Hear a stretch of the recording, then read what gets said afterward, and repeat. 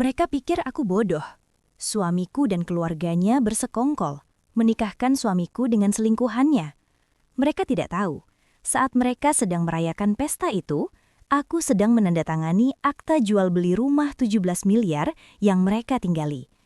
Saat suamiku pulang nanti, dia akan berteriak histeris di depan gerbang. Dia kaget rumah mewahnya sudah kujual dan hadiah pernikahan untuknya yang sebenarnya baru saja dimulai. Langit Jakarta sudah berganti warna menjadi oranye pekat, bercampur dengan gelapnya malam, saat Alisa akhirnya menekan tombol kirim pada email penting di komputernya. Desain final proyek lain terbesarnya tahun ini akhirnya selesai. Rasa lega perlahan menjalari punggungnya yang kaku. Dia bersandar di kursi kerjanya, memijat pelipisnya yang sedikit berdenyut. Sudah jam 7 malam. Alisa bekerja tanpa henti sejak jam 8 pagi. Waktunya hanya terpotong untuk sholat zuhur dan asar di musola kantor. Ruangan kantor yang tadinya ramai, kini mulai lengang. Hanya tersisa beberapa rekan kerja yang juga sedang mengejar tenggat waktu. Alisa meraih ponselnya. Hal pertama yang dia cek bukanlah media sosial, melainkan pesan untuk suaminya, Diman. Pagi tadi, Alisa mengirim pesan semangat. "Hati-hati dinasnya di Surabaya ya mas, jangan lupa makan, aku tunggu kabarmu." Pesan itu masih centang 2 abu-abu, belum dibaca. Alisa menghela napas panjang. Mungkin Diman sangat sibuk, pikirnya. Pertemuan dengan klien di Surabaya itu pasti sangat menyita waktu. Sudah 3 hari suaminya pergi, rumah terasa sepi tanpanya. Walaupun Alisa adalah wanita karir yang bekerja keras, dia selalu memastikan kebutuhan Diman terpenuhi. Dia selalu merindukan suaminya, merindukan canda tawa pria yang telah dinikahinya selama 5 tahun itu. Untuk mengalihkan rasa sepinya sejenak sebelum membereskan meja dan pulang, Alisa membuka aplikasi Facebook di ponselnya. Jari-jarinya secara otomatis menggulir lini masa. Berita teman lama, iklan perabot rumah tangga, beberapa video resep masakan, lalu sebuah unggahan foto membuatnya berhenti menggulir secara mendadak. Foto itu diunggah oleh Ibu Sanah, ibu mertuanya. Jantung Alisa tiba-tiba berdebar sedikit lebih cepat. Bukan karena rindu, tapi karena firasat aneh yang menusuk. Foto itu begitu mencolok. Itu adalah foto pernikahan. Di foto itu, Diman, suaminya, berdiri gagah memakai baju pengantin pria berwarna putih gading. Di sampingnya, berdiri seorang wanita yang sangat Alisa kenali, Indri, rekan kerja junior Diman di kantor yang berbeda. Indri tersenyum lebar memakai gaun pengantin yang serasi, lengkap dengan riasan tebal dan hiasan kepala. Mereka berdua memegang sepasang buku nikah. Yang lebih mengejutkan Alisa adalah orang-orang di sekitar mereka. Ada Ibu Sanah yang berdiri tepat di sebelah Diman, memeluk lengan putranya dengan bangga. Ada adik ipar Alisa, para bibi dan paman dari keluarga besar Diman. Semuanya tersenyum bahagia ke arah kamera, berpose di sebuah ruangan yang didekorasi dengan bunga-bunga segar. Tangan Alisa mulai gemetar. Ini pasti salah, batinnya. Mungkin ini foto lama, mungkin ini acara syukuran atau simulasi. Tapi pakaiannya adalah pakaian pengantin, dan buku nikah itu terlihat asli. Alisa membaca keterangan foto, caption yang ditulis oleh Ibu Sanah. Kalimatnya singkat namun terasa seperti tamparan keras di wajah Alisa. Tertulis di sana, "Semoga Samawa anakku sayang, Diman dan Indri, akhirnya halal juga." Dunia Alisa seakan berhenti berputar. Udara di ruangan berpendingin itu tiba-tiba terasa pengap dan mencekik. Akhirnya halal juga. Kata akhirnya itu menyeratkan sebuah proses panjang yang disembunyikan darinya. Ini bukan kecelakaan. Ini bukan perjodohan mendadak. Ini adalah sesuatu yang sudah lama terjadi. Dengan jari-jari yang kaku, Alisa menekan foto itu, memperbesarnya. Tidak salah lagi. Itu Diman, itu suaminya. Pria yang 3 hari lalu dia antarkan ke bandara, yang katanya akan dinas ke Surabaya. Pria yang dia kirimi pesan cinta pagi tadi. Dia melihat senyum Diman di foto itu. Senyum bahagia yang tulus. Senyum yang sudah lama tidak Alisa lihat saat Diman bersamanya. Kemudian dia melihat kolom komentar. Komentar-komentar itu menghujaminya lebih dalam. "Selamat ya Mas Diman, akhirnya Indri jadi bagian keluarga kita," tulis adik iparnya. "Alhamdulillah, Ibu Sanah akhirnya dapat menantu baru yang siap kasih cucu. Selamat ya Bu Sanah. Lancar acaranya Mas Diman, semoga cepat dapat momongan," timpal sepupu Diman. Semua orang tahu, seluruh keluarga besar suaminya tahu. Mereka semua hadir di acara itu. Mereka semua merestui. Mereka semua menjadi bagian dari kebohongan besar ini. Alisa merasa mual. Jadi saat dia sibuk bekerja, membanting tulang untuk membayar cicilan rumah mewah mereka, membayar tagihan mobil sport Diman, dan bahkan memberi uang bulanan rutin untuk ibu Sanah, mereka semua ada di belakangnya, menertawakannya, merencanakan pernikahan kedua suaminya. Pernikahan siri? Tentu saja. Diman tidak mungkin berani menceraikannya atau meminta izin menikah lagi secara resmi, karena Diman tahu, hampir semua aset besar mereka adalah atas nama Alisa. Rumah yang mereka tinggali, rumah seharga 17 miliar di kawasan elit itu adalah rumah yang Alisa beli menggunakan bonus besar dari perusahaannya beberapa tahun lalu. Meskipun Diman merengek agar rumah itu atas nama bersama, Alisa yang dididik ayahnya untuk cerdas secara finansial bersikeras rumah itu atas namanya sendiri. Diman akhirnya setuju dengan syarat mobil mewah terbaru harus atas nama Diman, tapi Alisa membelinya atas nama perusahaannya. Kini semua kebaikannya terasa bodoh, semua cintanya terasa sia-sia. Dia telah dikhianati secara massal, bukan hanya oleh suaminya, tapi oleh seluruh keluarga yang selama ini dia hormati. Rasa sakitnya begitu menusuk, tapi anehnya tidak ada air mata yang keluar. Yang ada hanyalah rasa dingin yang menusuk, rasa dingin dari amarah yang murni. Alisa menutup aplikasi Facebook. Dia tidak perlu melihat lebih banyak lagi. Dia tidak perlu konfirmasi. Foto dan komentar itu sudah cukup. Dia menarik napas panjang, berusaha menenangkan tangannya yang masih gemetar. Dia menatap layar komputernya. Proyek selesai, klien senang, karirnya cemerlang. Tapi rumah tangganya hancur berkeping-keping. Dia tidak akan membiarkan ini. Dia tidak akan menjadi wanita lemah yang menangis di pojokan. Dia telah bekerja terlalu keras untuk dihancurkan seperti ini. Mereka semua mendukung perbuatan Diman. Mereka semua merayakan pengkhianatan ini. Alisa berdiri. Dia akan membalas mereka. Dia akan membalas mereka semua. Saat itu juga. Dia tidak akan menunggu Diman pulang dari Surabaya. Dia akan bertindak sekarang. Alisa membereskan tasnya dengan gerakan yang kaku dan mekanis. Laptop, buku catatan, dompet. Rekan kerjanya yang terakhir, seorang wanita muda bernama Sinta, menatapnya. "Mbak Alisa, pucat banget. Sakit?" tanya Sinta khawatir.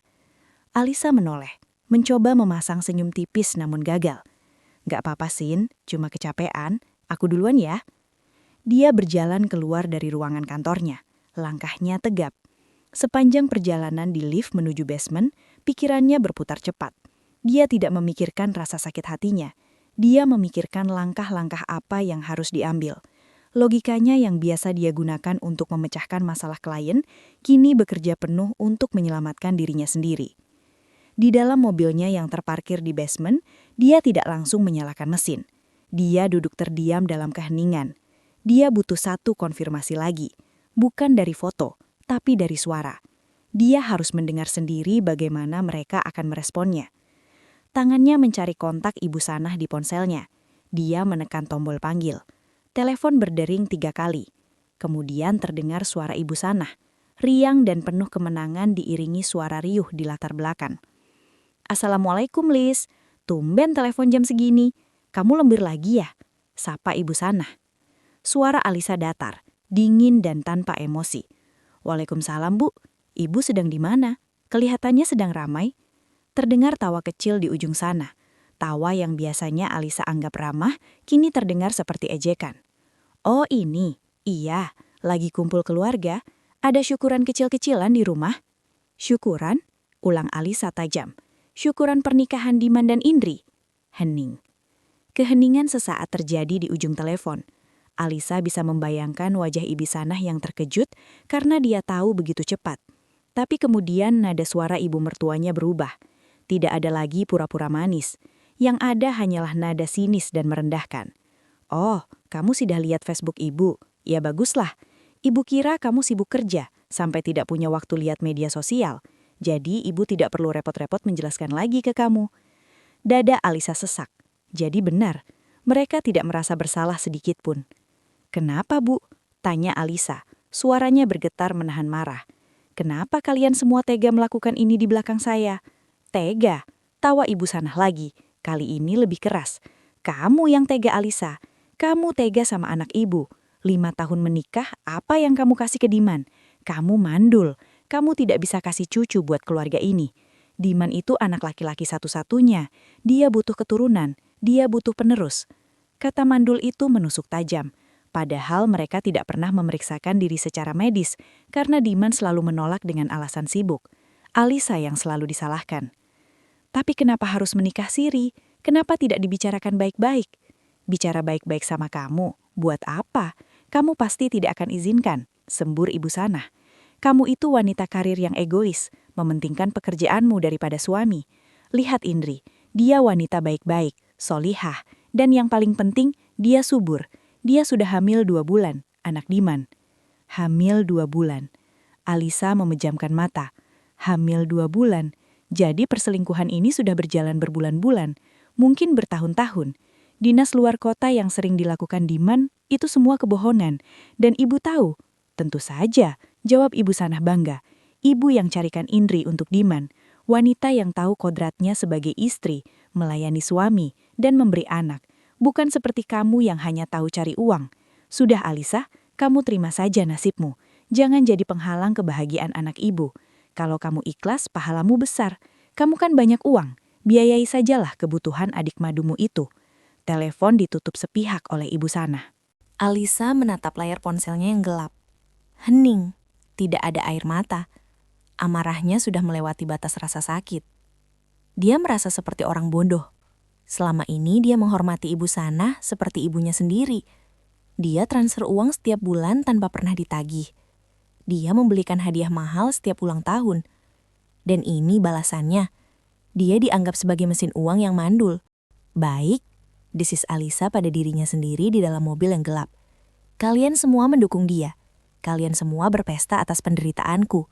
Kalian pikir aku akan diam saja menerima dipoligami dan terus membiayai hidup mewah kalian? Kalian salah besar. Otaknya bekerja cepat. Aset. Itu yang mereka incar. Mereka pikir Alisa akan luluh. Alisa mengganti kontak di ponselnya. Kali ini dia menelpon pengacara pribadinya, Pak Rahmat. Seorang pria paruh baya yang tegas dan sangat kompeten yang membantunya mengurus semua legalitas aset dan bisnisnya. Selamat sore Pak Rahmat. Maaf mengganggu. Ini Alisa. Sore Bu Alisa. Tumben sekali. Ada yang bisa saya bantu? Suara Pak Rahmat terdengar tenang. Saya butuh bantuan Bapak, segera, malam ini juga, kata Alisa. Suaranya mantap, tidak ada keraguan sedikit pun. Saya mau jual rumah saya, rumah di Jalan Akasia nomor 1, rumah yang saya tinggali. Terdengar Pak Rahmat menarik nafas kajet di seberang. Bu Alisa, rumah 17 miliar itu, kenapa mendadak sekali? Ada masalah? Ada masalah yang sangat mendesak, Pak. Saya harus menjualnya malam ini. Saya tidak peduli harganya turun sedikit. Yang penting laku malam ini atau paling lambat besok pagi. Dan uangnya harus masuk rekening pribadi saya yang baru. Tolong buatkan saya rekening baru yang tidak terhubung dengan suami saya. Pak Rahmat adalah seorang profesional. Dia tidak bertanya lebih jauh soal masalah pribadi kliennya. Dia tahu nada suara Alisa sedang dalam mode perang.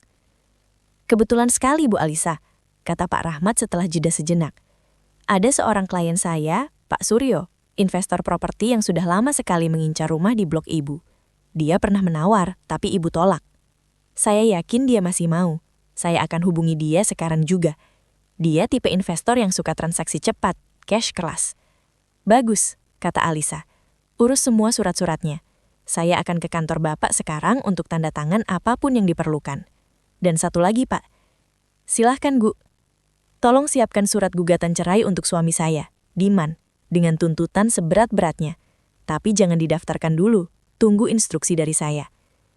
Baik Bu Alisa, saya siapkan semuanya. Hati-hati di jalan. Alisa menutup telepon. Dia menyalakan mesin mobil. Dia tidak pulang ke rumah 17 miliar itu untuk beristirahat. Rumah itu bukan lagi rumahnya.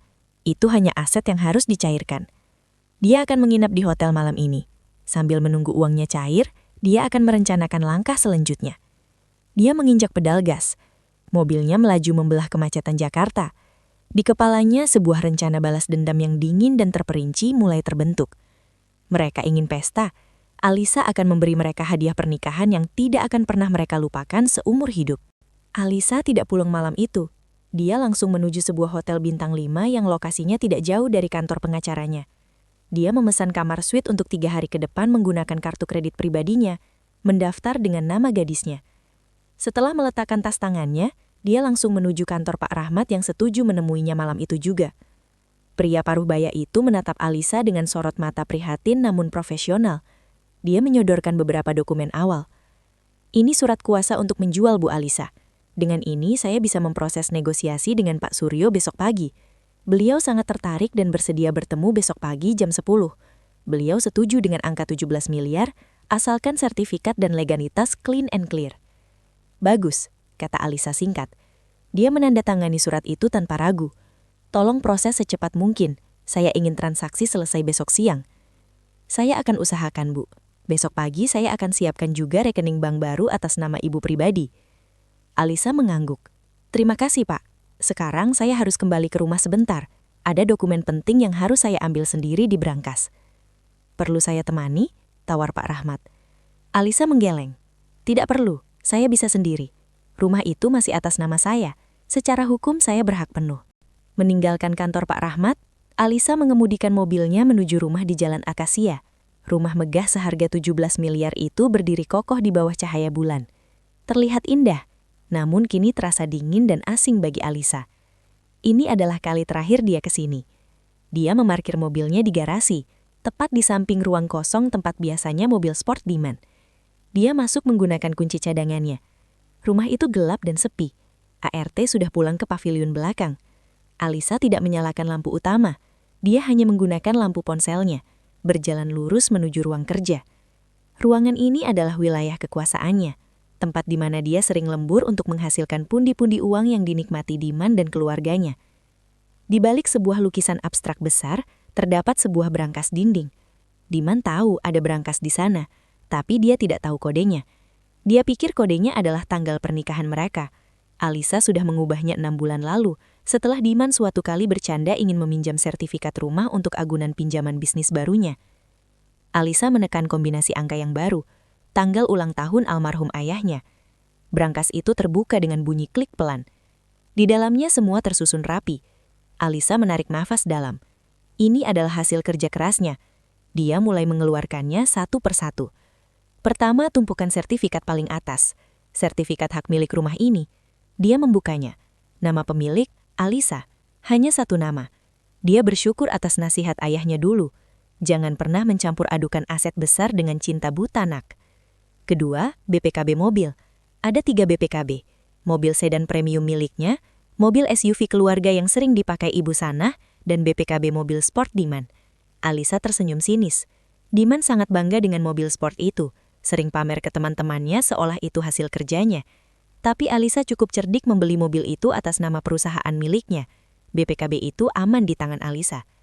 Ketiga, sertifikat 2 unit ruko dan portfolio saham.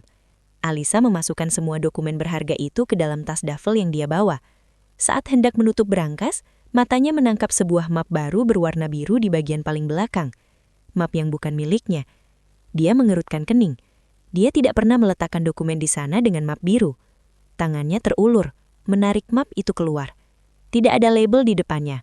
Dia membukanya di bawah sorot lampu tensor ponselnya. Jantungnya serasa mencelos. Itu adalah lembaran polis asuransi jiwa.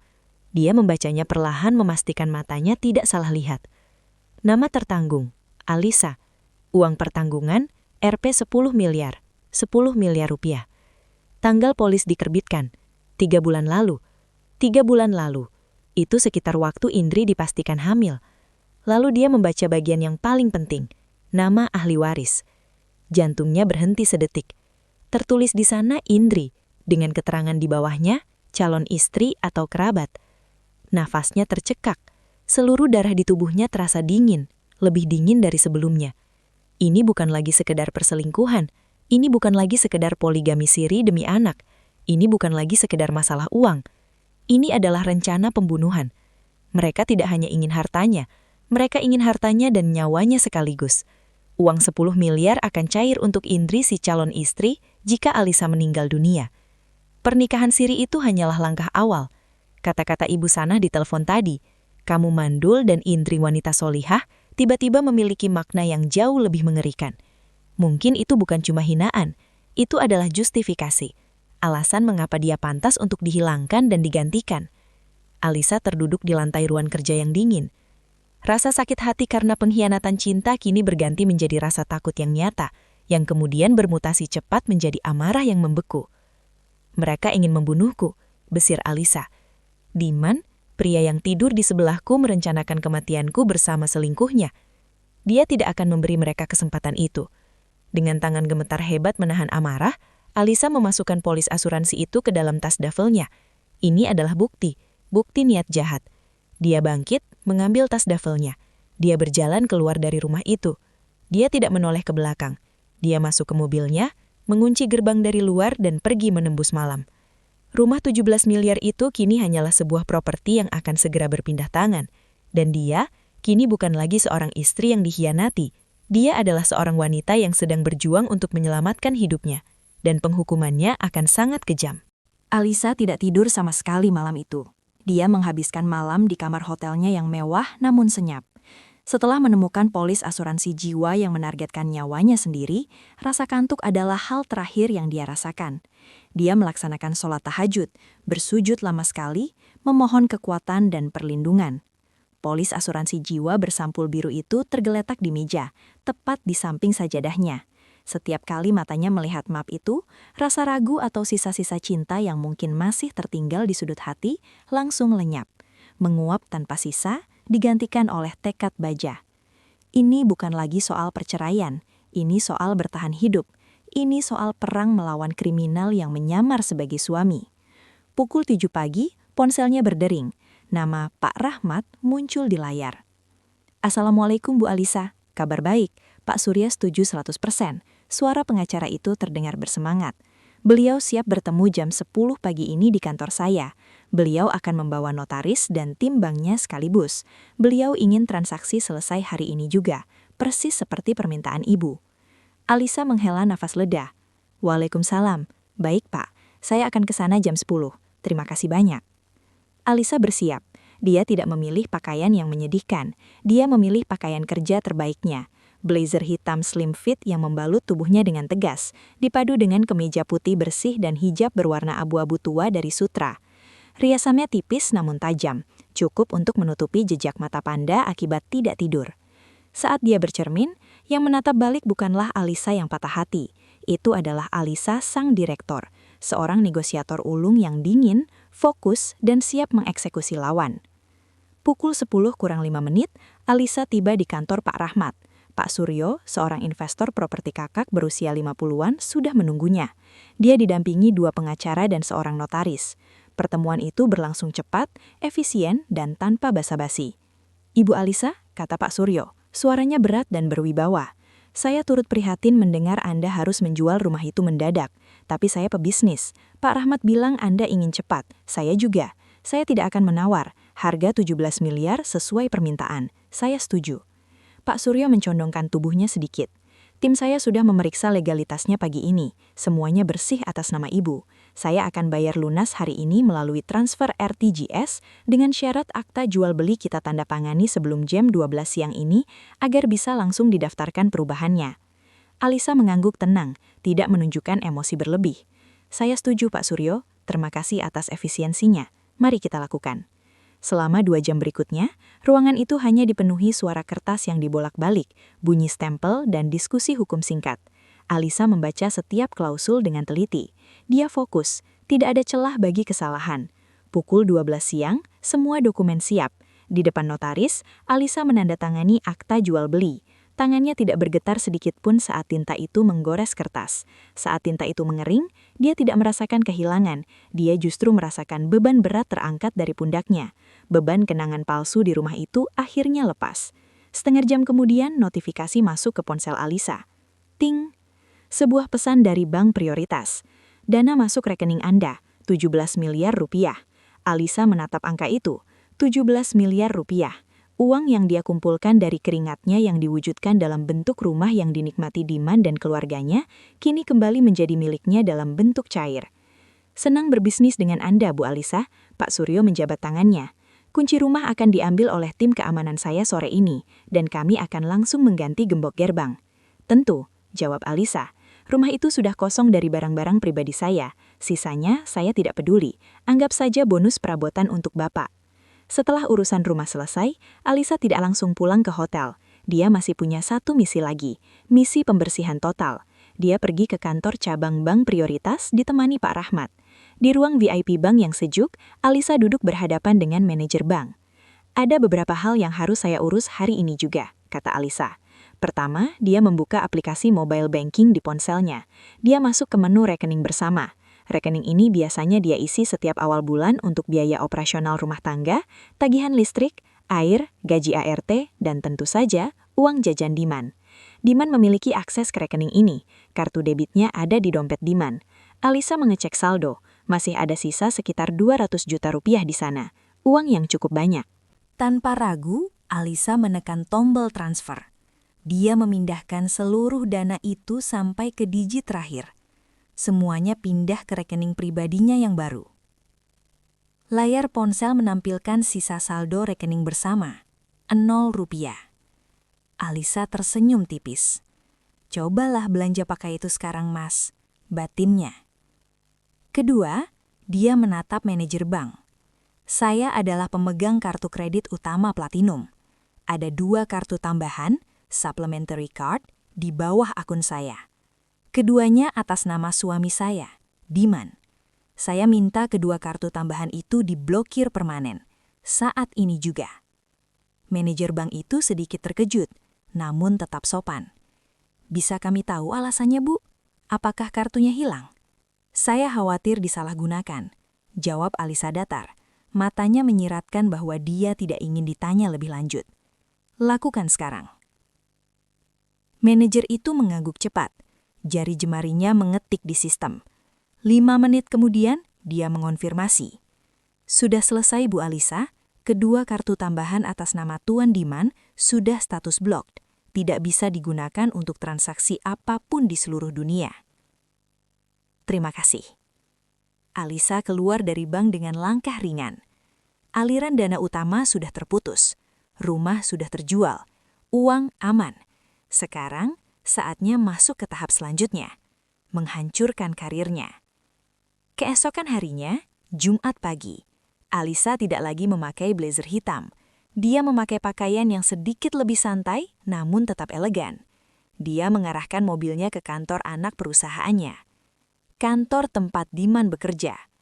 Banyak yang tidak tahu bahwa PT Cipta Karya Desain, sebuah firma konstruksi dan interior yang sedang naik daun itu, adalah milik Alisa. 3 tahun lalu, Alisa mendirikan perusahaan itu dengan modal pribadinya. Dia menempatkan Diman di sana sebagai manajer operasional. Tujuannya mulia saat itu. Dia ingin suaminya merasa bangga, merasa memiliki karir, dan tidak merasa insecure berada di bawah bayang-bayang kesuksesan Alisa. Alisa memberi Diman panggung, memberinya gaji besar, fasilitas mobil mewah, dan wewenang. Tapi Diman malah menggunakan panggung itu untuk bersandiwara dan menusuknya dari belakang. Alisa sengaja tidak menempatkan namanya di struktur organisasi harian. Namanya hanya ada di akta pendirian perusahaan sebagai pemegang saham mayoritas, 90%. Direktur utama dipegang oleh Pak Hendy, orang kepercayaan Alisa, sementara keuangan dipegang oleh Pak Fajar. Alisa tiba di lobi kantor pukul 9 pagi. Resepsionis, seorang gadis baru yang tidak mengenali pemilik asli perusahaan, menatapnya bingung. "Selamat pagi, Bu. Ada janji dengan siapa?" "Saya mau bertemu Pak Fajar, kepala keuangan." "Sudah buat janji?" Alisa tersenyum tipis. "Bilang saja Alisa, ini darurat. Dia akan mengerti." Benar saja. Begitu resepsionis menelepon, wajahnya langsung pucat. Baik, Bu. Silahkan langsung ke lantai 5. Pak Fajar menunggu di depan lift." Di lantai 5, Pak Fajar sudah berdiri gelisah. Dia tahu Alisa jarang sekali datang ke kantor ini, kecuali ada hal yang sangat genting. "Bu Alisa, tumben sekali. Ada masalah?" tanya Pak Fajar saat mereka masuk ke ruangannya yang tertutup rapat. "Ada masalah besar, Pak Fajar, dan saya butuh Bapak jujur 100% pada saya," kata Alisa sambil duduk. Tatapannya mengunci mata akuntan senior itu. Saya minta Bapak menarik data keuangan Tuan Diman selama 6 bulan terakhir. Semua pengeluaran, semua klaim reimbursement, semua vendor yang dia setujui. Sekarang. Pak Fajar menelan ludah. Suasana ruangan mendadak tegang. Dia segera beralih ke komputernya. Baik Bu, apakah ada pos spesifik yang Ibu cari? Semuanya, mulai dari perjalanan dinas. Pak Fajar membuka file. Ini Bu, perjalanan dinas Tuan Diman cukup frekuensinya. 3 hari lalu ke Surabaya. Tiket pesawat, hotel bintang 5, biaya entertainment klien. Stop, potong Alisa. Perjalanan ke Surabaya. Saya ingin lihat detailnya. Pak Fajar menunjukkan lampiran bukti bayar. Tiket pesawat 2 orang. Hotel 1 kamar suite. Semua dibayar rekening kantor. Alisa mengeluarkan ponselnya. Dia membuka riwayat chat lama dengan Diman. Dia meletakkannya di meja Pak Fajar. Baca ini, Pak. Pak Fajar membaca pesan Diman sebulan lalu. Sayang, aku butuh uang 20 juta. Ada dinas penting ke Surabaya tapi budget kantor lagi seret, belum cair. Aku harus talangi dulu, nanti diganti kantor kok.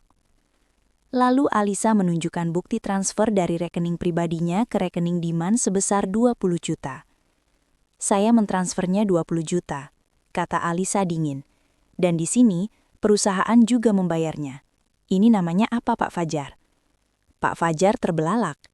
Ini double claim, penggelapan Bu. Dia minta uang ke Ibu, tapi dia juga pakai uang kantor. Kita baru mulai, kata Alisa. Lanjut, cari vendor. Vendor baru yang pembayarannya besar dan rutin dalam 6 bulan terakhir. Pak Fajar menggulir layar dengan cepat. Keringat mulai muncul di dahinya. Dia berhenti pada satu nama. Ini Bu, CV Pelita Jaya. Pembayaran untuk jasa konsultasi desain interior. Anehnya, ini baru muncul 6 bulan terakhir, tapi nilainya besar. Setiap bulan, Tuan Diman meminta transfer 2 kali. Totalnya, astaga, sudah 420 juta rupiah. Tuan Diman selalu bilang ini vendor khusus, proyek rahasia. Proyek rahasia, desis Alisa. Dia segera menelpon Pak Rahmat. Pak Rahmat, tolong cek legalitas CV Pelita Jaya. Saya kirim NPWP-nya dari data kantor. Saya butuh nama pemiliknya. 5 menit kemudian, ponsel Alisa bergetar. Pesan dari Pak Rahmat.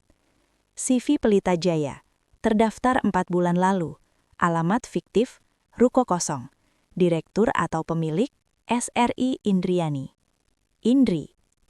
Alisa menatap Pak Fajar dengan tatapan mematikan. Pak Fajar, 420 juta uang perusahaan mengalir ke rekening pribadi selingkuhan suami saya. Indriani. Karyawan marketing di sini juga kan? Pak Fajar lemas. Dia merasa bodoh dan dikhianati. Kurang ajar. Saya dibodohi mentah-mentah. Indriani, anak baru itu. Sekarang kita hitung, kata Alisa tajam. 420 juta ke Indri. Double claim perjalanan dinas sekitar 80 juta.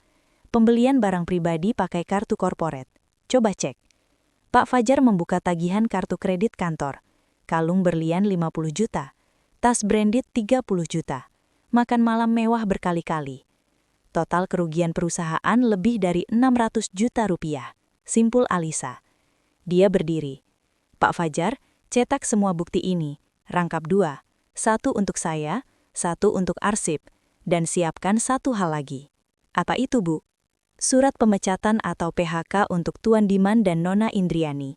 Alasan, tindak pidana penggelapan dana perusahaan dan pelanggaran etika berat. Tanpa pesangon, tanpa surat rekomendasi. Pecat dengan tidak hormat. Siap Bu Alisa. Surat itu akan ada di meja Ibu sebelum makan siang. Sore harinya Alisa duduk di sofa kamar hotel Jakarta, memandang cakrawala Jakarta yang mulai gelap. Di pangkuannya ada map berisi bukti kejahatan Diman. Di meja, ada kotak hitam yang sudah dia siapkan. Rencananya berhasil. Tahap finansial dan karir sudah dia kunci. Saat itulah ponselnya bergetar. Sebuah pesan WhatsApp masuk dari Diman. Sayang, kamu di mana? Aku telepon ke rumah kok nggak diangkat? Sepi banget rumah. Alisa tersenyum sinis. Diman pasti menelpon telepon rumah yang sudah dicabut kabelnya oleh pemilik baru. Pesan kedua masuk. Sayang, aneh banget. Aku mau beliin kamu oleh-oleh tas baru di bandara. Tapi kok kartu kreditku dua-duanya ditolak ya? Padahal limitnya masih banyak. Error kali ya banknya. Malu banget aku di depan kasir. Membelikan tas baru? Bohong. Paling-paling dia sedang membelikan tas untuk Indri agar tidak ngambek. Alisa membiarkan pesan itu terbaca, centang biru, selama 10 menit. Biarkan Diman panik. Biarkan dia bingung. Diman mengirim pesan lagi, kali ini dengan banyak tanda tanya. Sayang, kamu baca kan? Kok nggak dibalas? Ini beneran, aku nggak bisa bayar. Tolong transferin aku dong ke rekening biasa.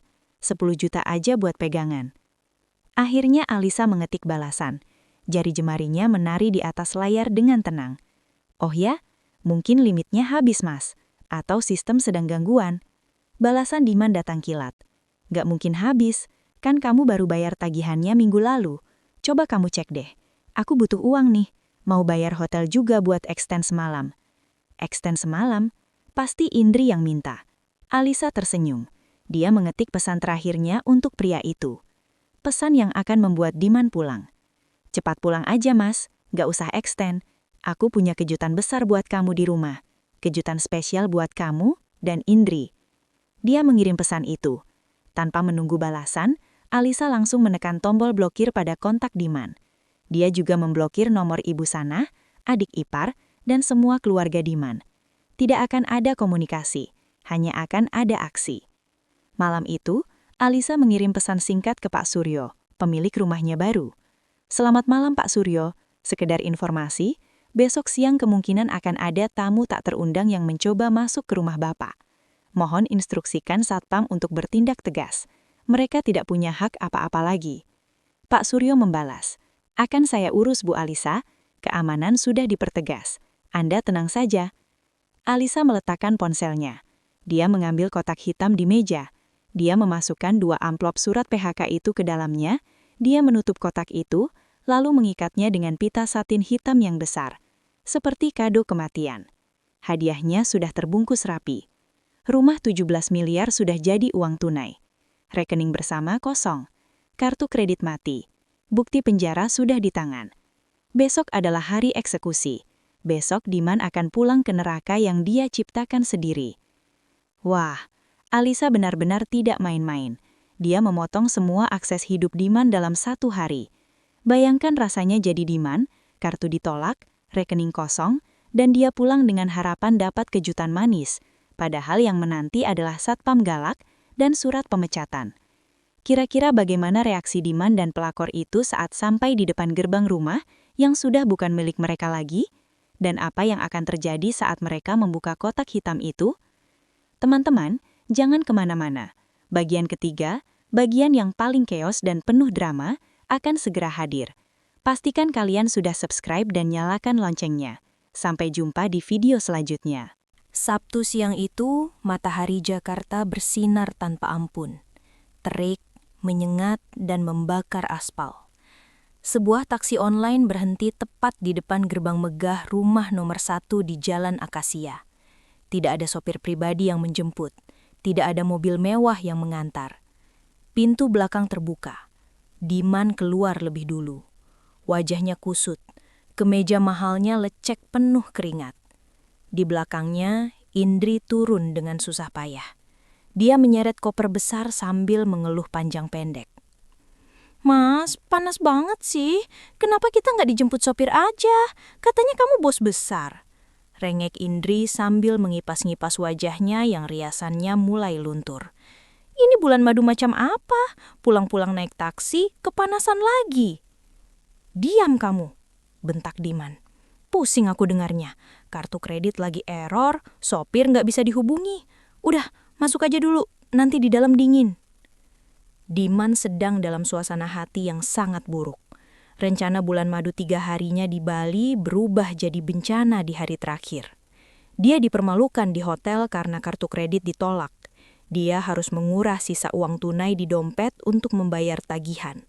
Harga dirinya hancur. Dia berjalan ke arah gerbang hitam yang kokoh itu. Dia merogoh sakunya, mengeluarkan remote pagar otomatisnya. Dia menekan tombol buka. Klik. Hening. Pagar tidak bergerak. Diman mengerutkan kening. Dia menekan tombol itu lagi, berkali-kali. Klik, klik, klik. Tetap diam. Gerbang besi itu tertutup rapat seolah dilas mati. Sialan, remote-nya mati lagi, umpat Diman. Dia menendang gerbang besi itu dengan frustrasi. Security, Pak Udin, buka gerbangnya, woi! Indri berteduh di bawah pohon kecil di trotoar. Wajahnya cemberut. Mas, lama banget sih. Malu tahu dia liatin tetangga kayak orang gembel di depan pagar. Diman berjalan cepat menuju pos satpam di samping gerbang. Dia menggedor kaca pos. Buka gerbangnya, kamu tidur ya? Teriak Diman. Pintu pos terbuka. Tapi yang keluar bukan Pak Udin, satpam tua yang biasa Diman suruh-suruh seenaknya. Yang keluar adalah seorang pria berbadan tegap, berseragam hitam rapi, dengan wajah datar tanpa ekspresi. Satpam baru. Satpam itu menatap Diman dari ujung kaki ke ujung kepala. Maaf Pak, Bapak cari siapa? Dilarang membuat keributan di sini, kata satpam itu tegas. Diman melotot. Cari siapa? Kamu buta. Ini rumah saya. Saya pemilik rumah ini. Kamu satpam baru ya? Mana Pak Udin? Cepat buka, saya mau masuk. Satpam itu tidak bergeming. Dia berdiri menghalangi akses ke tombol gerbang manual. Maaf Pak, Pak Udin sudah tidak bekerja di sini. Dan setahu saya, pemilik rumah ini adalah Tuan Suryo. Rumah ini sudah dijual secara sah oleh pemilik sebelumnya, Ibu Alisa, kepada bos saya, Tuan Suryo. Kunci sudah diganti. Bapak tidak ada dalam daftar tamu. Silahkan pergi sebelum saya panggil keamanan komplek. Dijual. Satu kata itu menghantam kepala Diman lebih keras daripada pukulan fisik. Bohong, gak mungkin. Diman mundur selangkah, wajahnya pucat pasi. Alisa gak mungkin berani jual rumah ini tanpa izin saya. Ini harta gono gini. Alisa, keluar kamu. Diman kembali menggedor gerbang besi itu berteriak seperti orang gila. Indri yang mendengar keributan itu langsung berlari menghampiri. Dia melupakan rasa panasnya. Mas, apa maksudnya dijual? Tanya Indri panik, mencengkram lengan Diman. Ini rumah kita kan? Kamu bilang ini bakal jadi istana aku. Kamu bilang Alisa bakal diusir dan aku yang jadi nyonya di sini. Diam dulu. Diman menepis tangan Indri. Pikirannya kalut. Tepat saat itu, sebuah mobil minibus sewaan berhenti di belakang taksi mereka yang sudah pergi. Pintu terbuka. Rombongan supporter datang. Ibu Sanah, adik ipar, dan beberapa paman Diman turun dengan wajah gembira. Mereka datang bermaksud menyambut kepulangan pengantin baru dan berencana menekan Alisa beramai-ramai agar menerima Indri. Tapi pemandangan yang menyambut mereka sungguh di luar dugaan. Diman yang berantakan sedang berdebat dengan satpam. Indri yang menangis di pinggir jalan. Koper-koper berserakan di trotoar. Diman, ada apa ini? Teriak Ibu Sanah sambil berlari kecil. Kain batiknya berkibar. Kenapa kalian di luar panas-panasan? Kenapa Indri nangis di jalanan kayak orang susah? Diman berjalan kepada Bu Sanah sambil menangis. Matanya merah, napasnya memburu. Bu, rumah ini dijual Alisa. Suara Diman serak, hampir menangis. Ibu Sanah terpekik kaget, tangannya menutup mulut. Dijual? Sembarangan. Siapa yang jual? Itu rumah anakku. Alisa lancang sekali. Dia sudah menjualnya, Bu. Satpam bilang ini sudah milik orang lain. Kekacauan pecah di trotoar itu. Ibu Sanah yang tadinya datang dengan dada membusung sombong, kini terduduk lemas di aspal panas. Rumah 17 miliar, hilang semua. Indri di sisi lain mulai kehilangan akal sehatnya. Dia menendang koper Diman sekuat tenaga. Penipu, jerit Indri histeris. Kamu bilang kamu kaya. Kamu bilang aku bakal jadi nyonya besar. Ternyata kita diusir. Mas, kamu bohong sama aku. Aku lagi hamil anak kamu, Diman. Aku gak mau hidup susah. Ibu Sanah yang mendengar Indri berteriak, mendadak tenaganya kembali karena marah. Dia berdiri dan menunjuk wajah Indri. Heh, diam kamu perempuan gatal, bentak Ibu Sanah. Ini semua gara-gara kamu. Kalau kamu gak menggoda anakku, Alisa tidak akan senekat ini. Kamu pembawa sial. Loh, kok jadi salah saya? Indri membalas berteriak, tidak peduli lagi pada sopan santun. Ibu kan yang paling semangat jodohin saya sama Mas Diman. Ibu yang bilang Alisa mandul. Ibu yang bilang saya menantu idaman karena saya subur. Ibu itu matre, sama aja kayak saya. Pertengkaran hebat terjadi antara mertua dan menantu baru itu di pinggir jalan, disaksikan oleh tetangga komplek yang mulai mengintip dari balik jendela mobil yang melintas. Memalukan, sangat memalukan. Diman menjambak rambutnya sendiri. Dia butuh solusi, dia harus pergi dari sini. Hotel, kita ke hotel dulu, gumam Diman. Atau ke apartemen Indri. Dia merogoh saku, mencari dompetnya. Kosong, hanya ada recehan. Dia butuh uang untuk pesan taksi lagi. Rekening bersama, pikirnya. Masih ada 200 juta di sana. Alisa gak mungkin sejahat itu. Dengan tangan gemetar, di tengah teriakan Ibu Sanah dan tangisan Indri, Diman membuka aplikasi mobile banking. Dia login, jantungnya berdebar kencang. Layar loading berputar, lalu saldo muncul. Saldo Rp 0,000. Diman membelalak. 0? Dia merefresh layar. Tetap 0. Dia beralih ke rekening gajinya sendiri. Saldo Rp 1.500.000. Sisa gaji yang sudah terkuras habis untuk foya-foya di Bali. Bangkrut. Dia benar-benar bangkrut. Rumah hilang, uang ludes. Tiba-tiba, suara motor berhenti di dekat mereka. Permisi, paket. Seorang kurir berjaket hijau turun dari motornya menenteng kotak besar yang dibungkus sangat indah. Kertas kado berwarna perak metalik-metalik dengan pita satin hitam yang besar dan mewah. Kontras sekali dengan situasi gembel mereka saat itu. Semua orang terdiam. Pertengkaran berhenti. Paket untuk Tuan Diman dan Nyonya Indri, kata kurir itu membaca label. Diman mendongak. Indri mengusap air matanya tiba-tiba berbinar tamak. Nyonya Indri, ulang kurir itu. Saya, jawab Indri cepat. Dia maju selangkah. Dari siapa? Pengirimnya tidak ada nama, cuma inisial A. Silahkan tanda tangan di sini.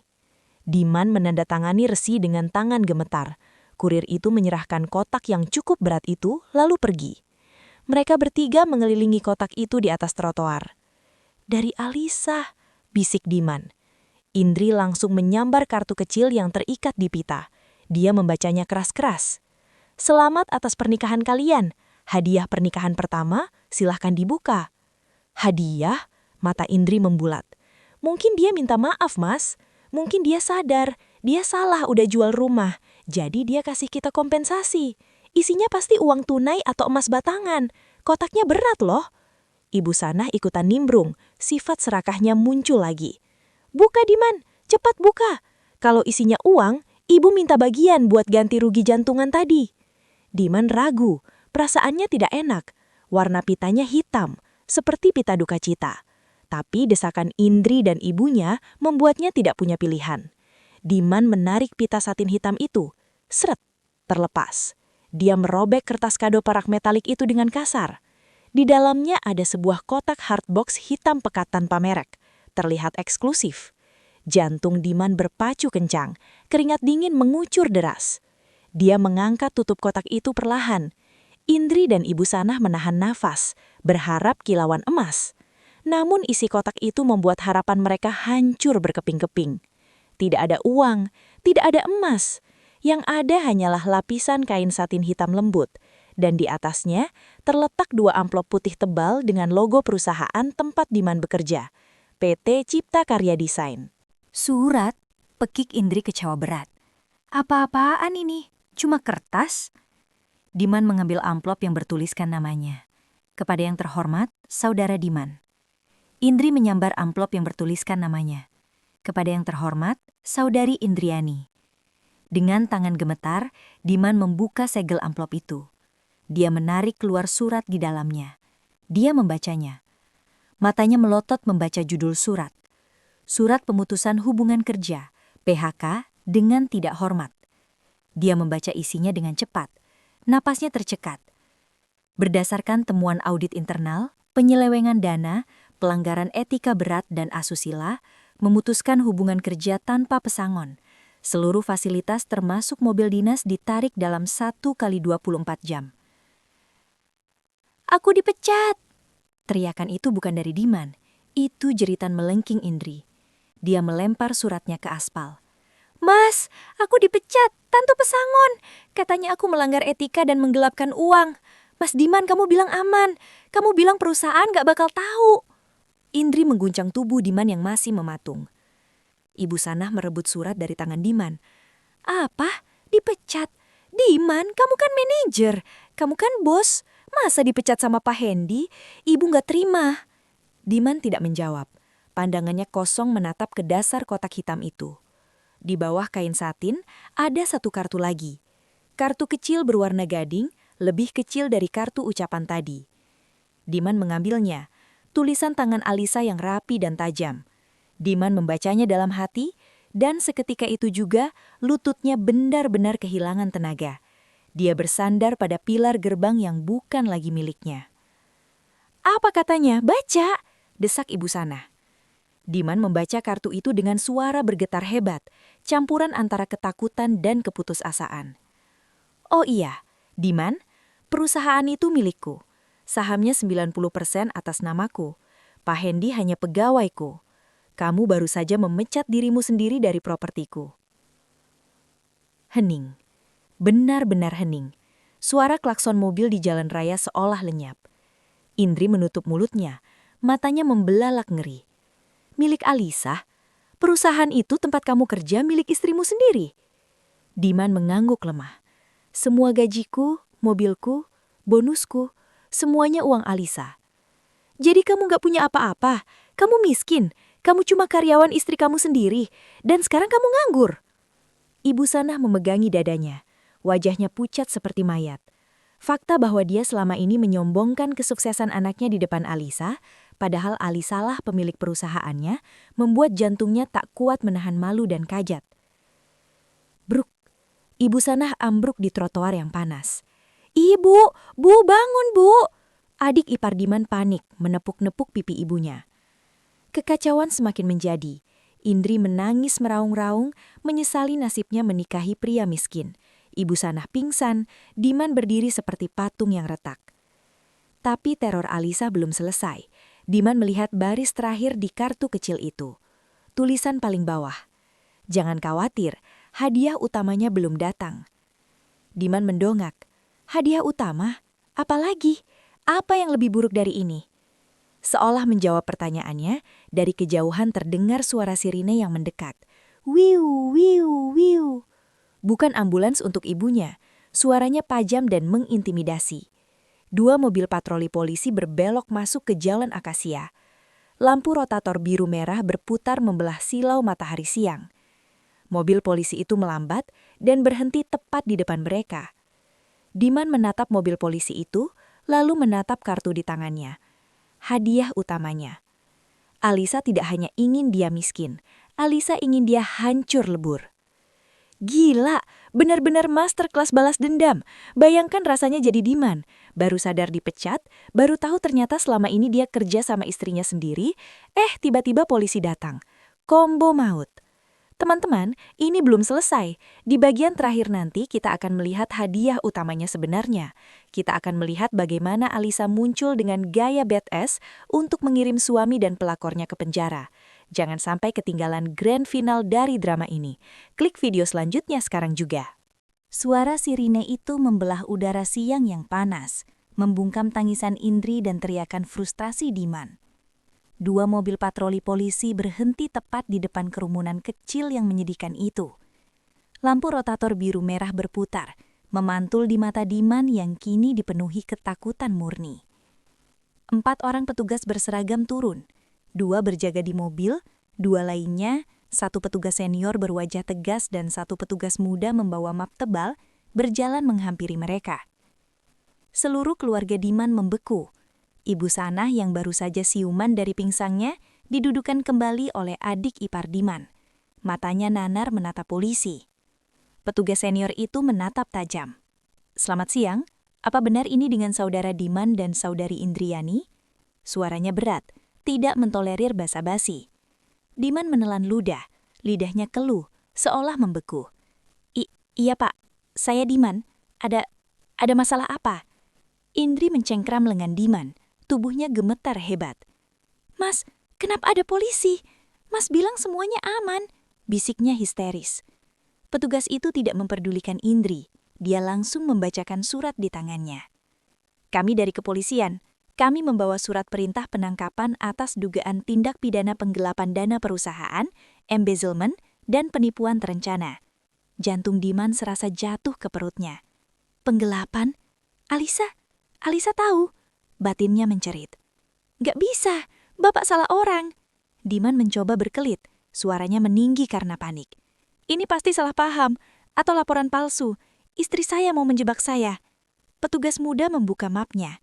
Tuduhannya spesifik, Pak.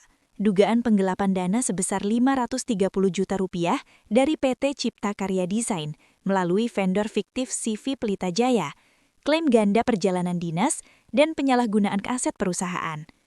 Diman pucat pasi. Angkanya tepat, nama vendor fiktifnya disebut. Ini bukan geretakan. Gak bisa, saya gak mau ditangkap. Indri menjerit tiba-tiba. Saya lagi hamil, Pak. Saya hamil muda. Saya gak tahu apa-apa. Saya cuma disuruh tanda tangan sama Mas Diman. Dia yang atur semuanya. Saya korban.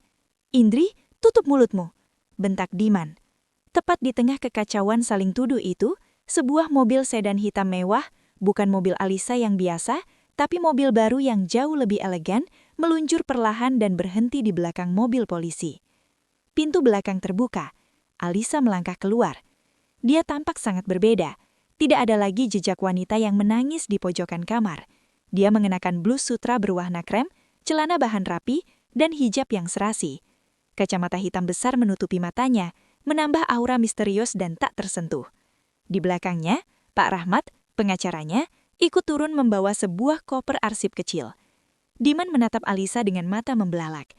Alisa, kamu yang laporin aku kan? Teriaknya. Kamu tega penjarain suami kamu sendiri. Alisa berjalan perlahan menghampiri mereka. Dia berhenti tepat di depan para petugas polisi. Dia melepas kacamata hitamnya, memperlihatkan tatap matanya. Jernih, tajam, dan sedingin es. Dia menatap Diman. Suami? Tanya Alisa. Suaranya tenang namun terdengar jelas oleh semua orang. Suami yang mana? Suami yang diam-diam menikah siri dengan selingkuhannya? Suami yang membiayai pernikahan haramnya pakai uang curian dari perusahaanku? Atau, Alisa memberi jeda, membiarkan ketegangan memuncak. Atau, suami yang berencana membunuh istrinya untuk mengklaim asuransi 10 miliar. Dek, kalimat terakhir itu seperti petir di siang bolong. Ibu Sanah terbelalak ngeri. Asuransi? Membunuh? Diman membeku. Rahasianya yang paling gelap, yang dia pikir tersimpan rapat di brankas Alisa, kini dibongkar di depan polisi. Alisa beralih ke petugas polisi senior. Pak, ini bukti tambahannya. Pak Rahmat menyerahkan dokumen polis asuransi jiwa itu kepada polisi. Di dalam sini ada polis asuransi jiwa atas nama klien saya, Alisa, dengan uang pertanggungan 10 miliar rupiah. Ahli warisnya tertulis Indriani, dengan status calon istri. Polis ini dibuat tanpa sepengetahuan Ibu Alisa, dengan memalsukan tanda tangan beliau. Suara sirine itu membelah udara siang yang panas, membungkam tangisan Indri dan teriakan frustasi Diman. 2 mobil patroli polisi berhenti tepat di depan kerumunan kecil yang menyedihkan itu. Lampu rotator biru merah berputar, memantul di mata Diman yang kini dipenuhi ketakutan murni. 4 orang petugas berseragam turun, 2 berjaga di mobil, 2 lainnya, 1 petugas senior berwajah tegas dan 1 petugas muda membawa map tebal, berjalan menghampiri mereka. Seluruh keluarga Diman membeku. Ibu Sanah yang baru saja siuman dari pingsannya didudukan kembali oleh adik ipar Diman. Matanya nanar menatap polisi. Petugas senior itu menatap tajam. Selamat siang, apa benar ini dengan saudara Diman dan saudari Indriani? Suaranya berat, tidak mentolerir basa-basi. Diman menelan ludah, lidahnya keluh, seolah membeku. Iya Pak, saya Diman. Ada masalah apa? Indri mencengkram lengan Diman, tubuhnya gemetar hebat. Mas, kenapa ada polisi? Mas bilang semuanya aman, bisiknya histeris. Petugas itu tidak memperdulikan Indri, dia langsung membacakan surat di tangannya. Kami dari kepolisian. Kami membawa surat perintah penangkapan atas dugaan tindak pidana penggelapan dana perusahaan, embezzlement, dan penipuan terencana. Jantung Diman serasa jatuh ke perutnya. Penggelapan? Alisa tahu. Batinnya mencerit. Gak bisa, Bapak salah orang. Diman mencoba berkelit, suaranya meninggi karena panik. Ini pasti salah paham, atau laporan palsu. Istri saya mau menjebak saya. Petugas muda membuka mapnya. Tuduhannya spesifik, Pak. Dugaan penggelapan dana sebesar 530 juta rupiah dari PT Cipta Karya Desain melalui vendor fiktif CV Pelita Jaya, klaim ganda perjalanan dinas, dan penyalahgunaan aset perusahaan. Diman pucat pasi. Angkanya tepat, nama vendor fiktifnya disebut. Ini bukan geretakan. Gak bisa, saya gak mau ditangkap. Indri menjerit tiba-tiba. Saya lagi hamil, Pak. Saya hamil muda. Saya gak tahu apa-apa. Saya cuma disuruh tanda tangan sama Mas Diman. Dia yang atur semuanya. Saya korban. Indri, tutup mulutmu, bentak Diman. Tepat di tengah kekacauan saling tuduh itu, sebuah mobil sedan hitam mewah, bukan mobil Alisa yang biasa, tapi mobil baru yang jauh lebih elegan, meluncur perlahan dan berhenti di belakang mobil polisi. Pintu belakang terbuka. Alisa melangkah keluar. Dia tampak sangat berbeda. Tidak ada lagi jejak wanita yang menangis di pojokan kamar. Dia mengenakan blus sutra berwarna krem, celana bahan rapi, dan hijab yang serasi. Kacamata hitam besar menutupi matanya, menambah aura misterius dan tak tersentuh. Di belakangnya, Pak Rahmat, pengacaranya, ikut turun membawa sebuah koper arsip kecil. Diman menatap Alisa dengan mata membelalak. Alisa, kamu yang laporin aku kan? Teriaknya. Kamu tega penjarain suami kamu sendiri. Alisa berjalan perlahan menghampiri mereka. Dia berhenti tepat di depan para petugas polisi. Dia melepas kacamata hitamnya, memperlihatkan tatap matanya. Jernih, tajam, dan sedingin es. Dia menatap Diman. Suami? Tanya Alisa. Suaranya tenang namun terdengar jelas oleh semua orang. Suami yang mana? Suami yang diam-diam menikah siri dengan selingkuhannya? Suami yang membiayai pernikahan haramnya pakai uang curian dari perusahaanku? Atau... Alisa memberi jeda, membiarkan ketegangan memuncak. Atau suami yang berencana membunuh istrinya untuk mengklaim asuransi 10 miliar. Dek, kalimat terakhir itu seperti petir di siang bolong. Ibu Sana terbelalak ngeri. Asuransi? Membunuh? Diman membeku. Rahasianya yang paling gelap, yang dia pikir tersimpan rapat di brankas Alisa, kini dibongkar di depan polisi. Alisa beralih ke petugas polisi senior. Pak, ini bukti tambahannya. Pak Rahmat menyerahkan dokumen polis asuransi jiwa itu kepada polisi. Di dalam sini ada polis asuransi jiwa atas nama klien saya, Alisa, dengan uang pertanggungan 10 miliar rupiah. Ahli warisnya tertulis Indriani, dengan status calon istri.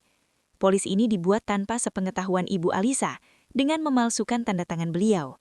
Petugas itu memeriksa dokumen itu sekilas, lalu mengangguk tegas. Ini memberatkan, niat jahat terencana, bawa mereka. Dua petugas bergerak maju, satu memegang lengan Diman, satu lagi memegang lengan Indri. Borgol dikeluarkan. Tidak, Diman mengamuk. Rasa takutnya berubah menjadi amarah buta. Lepaskan aku, ini semua gara-gara kamu Alisa, perempuan sialan.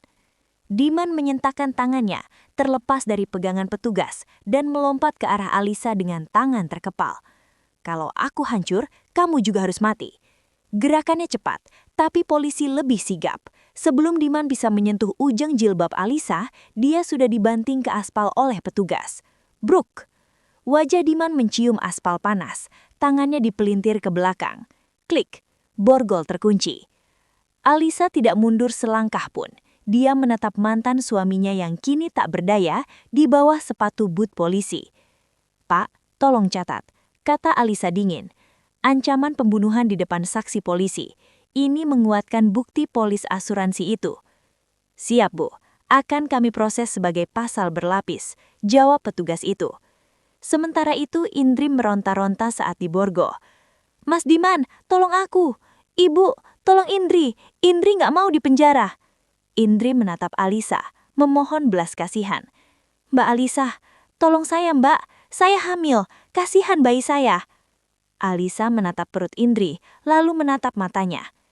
Bayi itu tidak berdosa, Indri, tapi ibunya serakah. Kamu menikmati uang haram, kamu ikut menandatangani dokumen perusahaan fiktif, dan namamu ada di polis kematianku. Kehamilanmu tidak akan meloloskanmu dari hukum. Kamu akan melahirkan di tempat yang pantas untuk kriminal. Indri menjerit histeris, hingga akhirnya tubuhnya terkulai lemas, pingsan. Petugas polisi wanita segera membopongnya masuk ke mobil patroli. 2 mobil polisi itu menutup pintunya. Sirine kembali dinyalakan. Mereka perlahan bergerak membawa Diman yang meraung dan Indri yang pingsan, meninggalkan jalan akasia. Alisa berdiri diam, menghela napas panjang. Hadiah utama telah terkirim. Kini tinggal 1 orang, Ibu Sanah. Wanita tua itu merangkak di aspal, air mata melunturkan bedaknya. Dia menatap Alisa dengan tatapan penuh kebencian dan keputusasaan. Kamu, desis Ibu Sanah. Kamu iblis, kamu hancurkan anakku, kamu hancurkan keluargaku, kamu akan dikutuk Tuhan, Alisa. Alisa menatap mantan ibu mertuanya itu, tidak ada rasa hormat lagi. Ibu yang menghancurkan putra ibu sendiri, saat ibu mendukung keserakahannya, saat ibu membenarkan perselingkuhannya, saat ibu ikut merayakan di atas penderitaan saya, ibu sedang menggali kuburan untuk anak ibu sendiri. Alisa membetulkan letak tas tangannya. Nikmatilah masa tua ibu, tanpa uang bulanan dari saya, tanpa rumah mewah, tanpa putra kebanggaan. Kalian menuai apa yang kalian tabur. Tanpa menunggu balasan, Alisa berbalik. Dia masuk ke mobil mewahnya. Pak Rahmat menutup pintu. Mobil itu melaju pelan, meninggalkan Ibu Sanah yang meraung-raung di trotoar panas, dikelilingi keluarga besarnya yang menatapnya dengan rasa malu dan jijik. Permainan selesai. Alisa menang mutlak. Proses hukum berjalan cepat dan tanpa ampun. Bukti-bukti yang diserahkan Alisa terlalu lengkap dan rapi untuk dibantah. Pengacara mahal yang disewa Ibu Sanah dengan menjual rumahnya sendiri pun tidak bisa menyelamatkan Diman. Diman divonis hukuman penjara 5 tahun. Hakim menilai ancaman pembunuhan dan pemalsuan polis asuransi sebagai faktor pemberat yang sangat serius. Di penjara, wajah tampan Diman memudar, digantikan tatapan kosong penuh penyesalan. Indri, gimana? Dia divonis 3 tahun penjara. Dia terbukti sebagai partner in crime yang aktif menikmati hasil kejahatan. 6 bulan kemudian, Indri melahirkan seorang bayi laki-laki di klinik penjara. Karena tidak ada keluarga yang mau mengurus, keluarga Indri malu dan membuangnya. Bayi itu diserahkan ke dinas sosial. Impian Indri menjadi nyonya besar berakhir di balik jeri besi, terpisah dari anaknya. Dan Ibu Sanah, karma bekerja paling keras padanya. Uang hasil jual rumah habis untuk bayar pengacara yang kalah. Dia jatuh miskin, diusir dari kontrakan karena tidak bisa bayar sewa, dan kini menumpang di rumah kerabat jauh. Diperlakukan seperti pembantu gratisan di masa tuanya. 2 tahun berlalu. Di sebuah ballroom hotel mewah di Jakarta, lampu sorot mengarah ke panggung. Ratusan tamu undangan bertepuk tangan riuh. Alisa berdiri di sana, lebih cantik, lebih bersinar, dan jauh lebih sukses. Dia bukan lagi istri yang dikhianati. Dia adalah pendiri Yayasan Pelita Alisa, sebuah lembaga nirlaba yang membantu wanita korban penipuan finansial dan KDRT bangkit kembali. Alisa memegang mikrofon, tersenyum pada hadirin. Pengkhianatan adalah racun, katanya. Suaranya menggema indah. Dia bisa membunuhmu dari dalam, tapi dia juga bisa menjadi obat penawar jika kamu memilih untuk tidak mati karenanya. Alisa menatap ke kamera, seolah berbicara langsung pada masa lalunya. Hari ini saya berdiri di sini bukan sebagai korban. Saya berdiri sebagai pemenang yang mengubah luka menjadi kekuatan. Tepuk tangan membahana. Alisa turun dari panggung, dikelilingi orang-orang yang menghormatinya. Dia bebas, dia kaya raya, dan yang terpenting, dia bahagia. Itulah pembalasan dendam terbaik, menjadi sukses, bahagia, dan tak tersentuh, sementara mereka yang menyakitimu membusuk dalam penyesalan. Wow, merinding! Standing ovation untuk Alisa. Dari wanita yang diremehkan dan dibilang mandul, dia bangkit jadi ratu yang memenjarakan suami dan selingkuhannya, lalu membangun kerajaan bisnisnya sendiri. Pelajaran berharga buat kita semua. Jangan pernah meremehkan diamnya seseorang yang sabar. Karena saat dia bergerak, dia tidak akan menyisakan apa-apa. Terima kasih sudah mengikuti cerita ini dari part 1 sampai tamat. Kalau kalian puas dengan endingnya, tekan tombol like sebanyak-banyaknya. Dan tulis di kolom komentar, Tim Alisa, kalau kalian setuju dengan tindakan Alisa. Sampai jumpa di cerita-cerita seru lainnya. Bye-bye!